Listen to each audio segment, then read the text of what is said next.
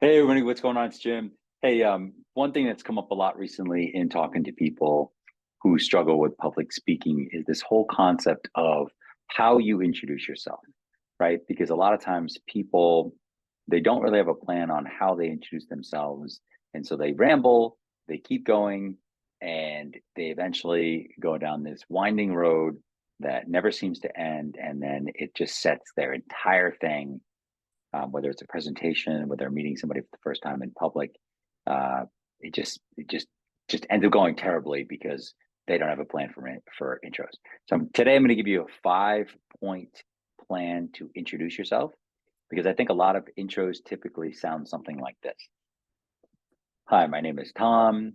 I work in project management. We work with clients who um, they do this big corporate thing, and we help them do this big corporate thing faster. And I've been there for 20 years, and a lot of our clients really are, um, you know, nice people, and I like working there. And I've been there for almost 20 years, and we do project management, blah, blah, blah, blah, blah, right? So you just end up rambling because you don't have any plan for how to do an intro.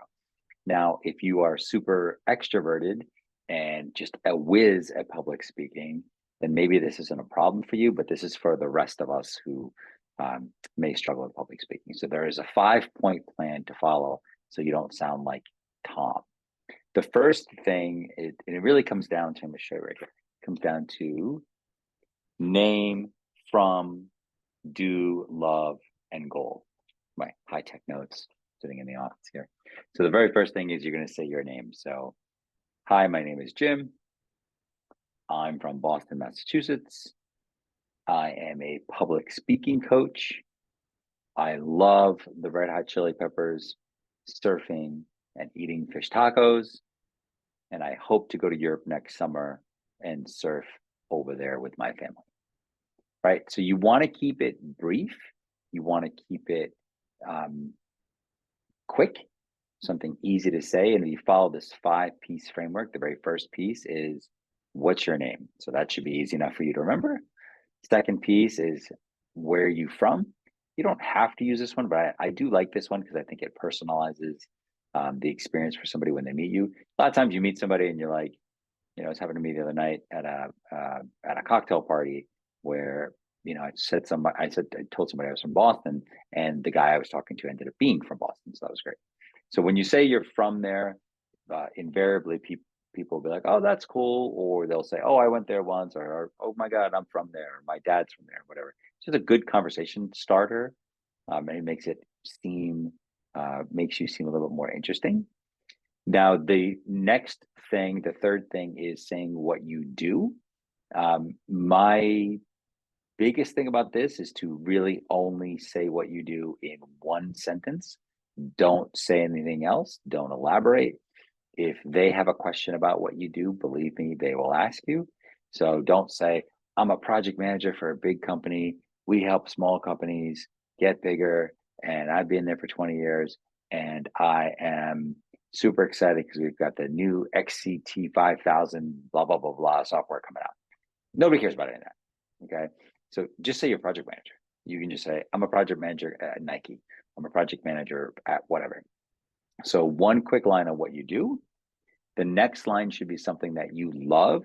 So when you say, I'm a project manager, your next line should be like, I love surfing. I love the Red Hot Chili Peppers. I love eating fish tacos. Whatever 2 or 3 things that you can think of that you love that are going to make you seem, they're going to personalize the experience of the other person in meeting you. I always recommend saying something like that. So, what are 2 or 3 things that you love? And it doesn't have to be the chili pepper surfing or fish tacos. It could be cooking. It could be watching politics, reading. It doesn't matter as long as you have a couple different things.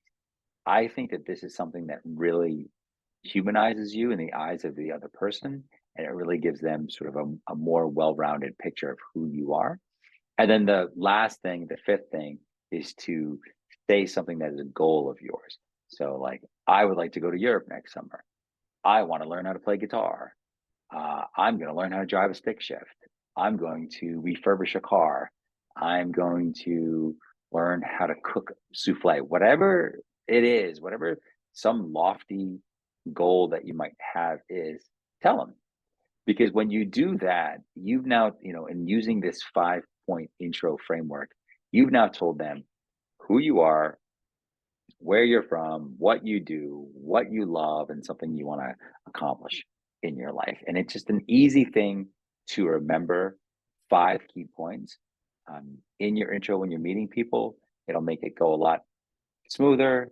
It'll humanize you. It'll give the other person um, a lot more insight into who you are as a person, and really, in many ways, makes you look a lot more favorably in their eyes. So just follow this framework. Don't make it any more difficult than it needs to be. Okay. So hopefully this was helpful. I'll talk to you guys soon.